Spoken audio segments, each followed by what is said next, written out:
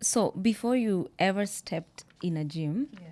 what was your relationship with your body and with movement? And I know you've talked about just getting into that teenage years, and people are talking about, like, having a slim body and all that. But when you were in uni and now you got into the gym, had how you viewed your body, had that changed?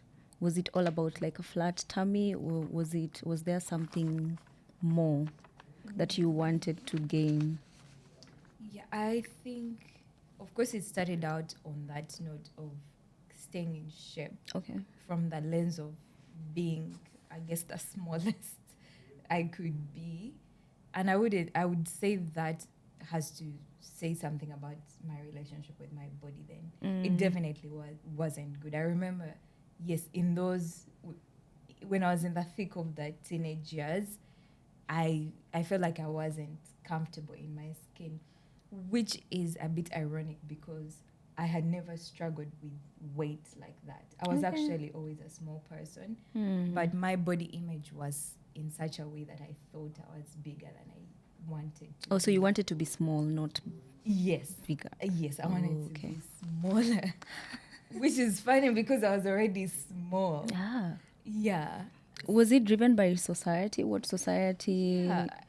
I mean, like I've said, casually we'd have these conversations with friends like, oh, you've gained a little bit of weight. You know, when you've gone back for the holidays and the school term starts and then, you know, girls are talking, or, you know, I don't know if you guys had this, but like, you know, the school uniforms, the tiny waist, the tucking in, right?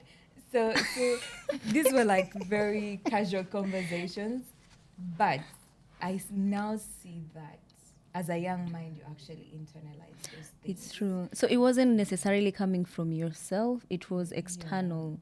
So external pressure then. Yeah, to a certain extent, there was that external. I need to look good. I need to be small.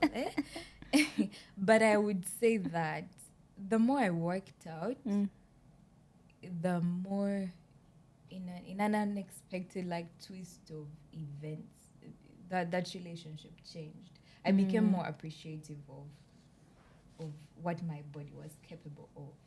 I guess I realized that, oh, well, maybe I don't look like some model. I don't even know which models were back then, but you know those. I don't know if you guys heard about the America's Next Top Models. Oh, You know yeah. the shows, like those girls on the Yeah. shows. Like, oh yeah, maybe my body doesn't look like that, but I started to appreciate how, with consistency, I became stronger. Okay. With consistency, I could, you know, lift heavier, run faster, or like have better endurance. Yeah. So And at this time, are you doing it yourself, or are you at the gym by yourself, or you are with other people? I was at the gym by myself, and I think another interesting thing was that I don't think the gym was very popular back then for like girls. So many of the times I was the only girl in the gym, or like one of two, or at least the gyms I went to. And I've actually remembered one of the gyms I went to was like a hostel gym, and there was like a trainer and stuff like that. So he was a male, and he would, in my opinion, give me like these, you know, guy buffing exercises.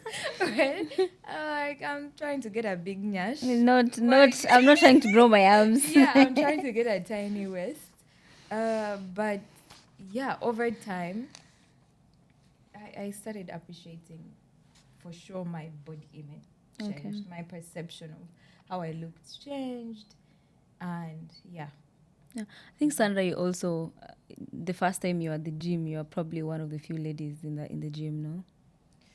Yeah, we were very few, and actually, and a lot. It was, I think I was the youngest, and then there were like also other ladies who were like my mom gyms. I loved going to the gym when they were there, so that men wouldn't hit on me. Yeah. So that really helped. I had a question. Yeah. When you were talking about the influence, so was it the influence from the Western culture or the influence from Uganda wanting to be small?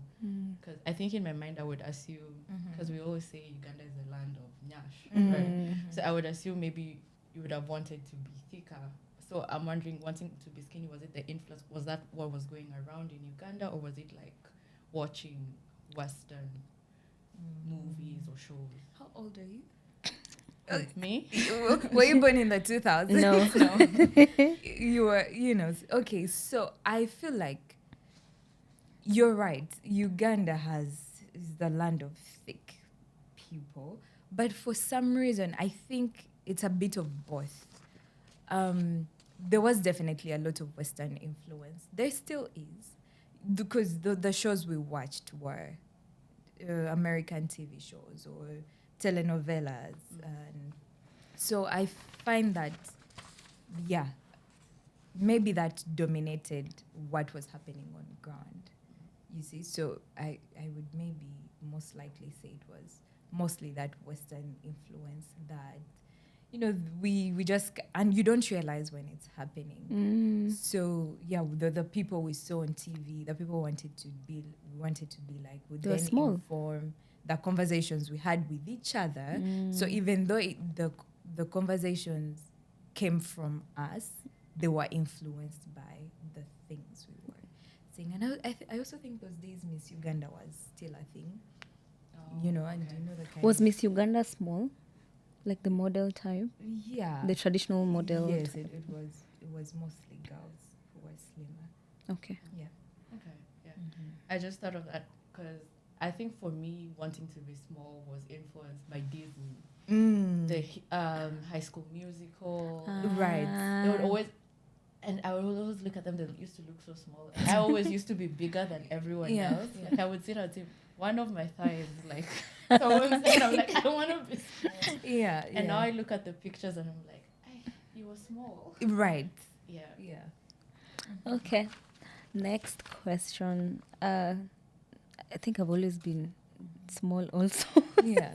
I've always, just that I've had a problem with my waist. Midsection, And so I've had an obsession about having a flat tummy, Yeah. even though it really sometimes doesn't matter, right? Because some people have hormonal issues that...